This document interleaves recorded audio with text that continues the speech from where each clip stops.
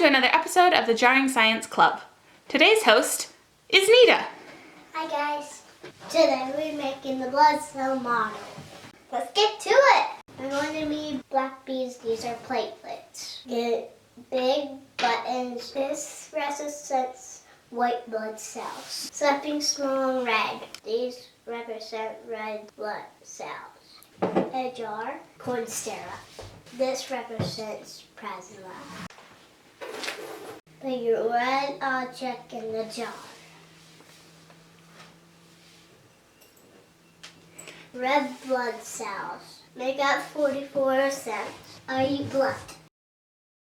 Pour in the corn syrup, discolored red cover. You need to ask for help.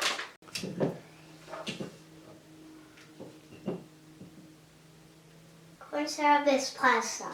It makes up 55% of your blood. But there are 3 buttons in your jar. Make sure to spread them out. White blood cells are way bigger. Your body just has a few. Add your black beans. 1, 2, 3, 4, 5, 6. These are platelets. Your tiny blood fragments. Platelets makes you stop bleeding.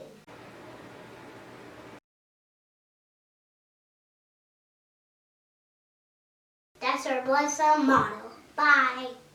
Here's the science. We talk a lot about blood during October, but do you know what your blood is made of? Today you made a model of your blood. Your blood is made up of many parts. Your blood contains plasma.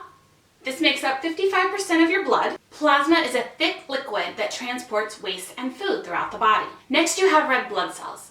Red blood cells are what makes your blood red.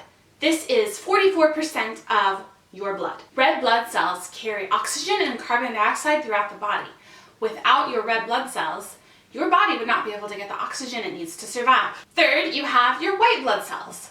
White blood cells make up only a small portion of your blood, but they play a very important role in the body. The role of the white blood cell is to fight bacteria and viruses to keep you healthy and strong, and to remove old dead cells from the body. You also have just a little bit of platelets in your body. Platelets are tiny blood cell fragments that help your blood clot and stop bleeding when you get cut. When you get cut, your blood flows fast at first, but over time, the bleeding slows and stops.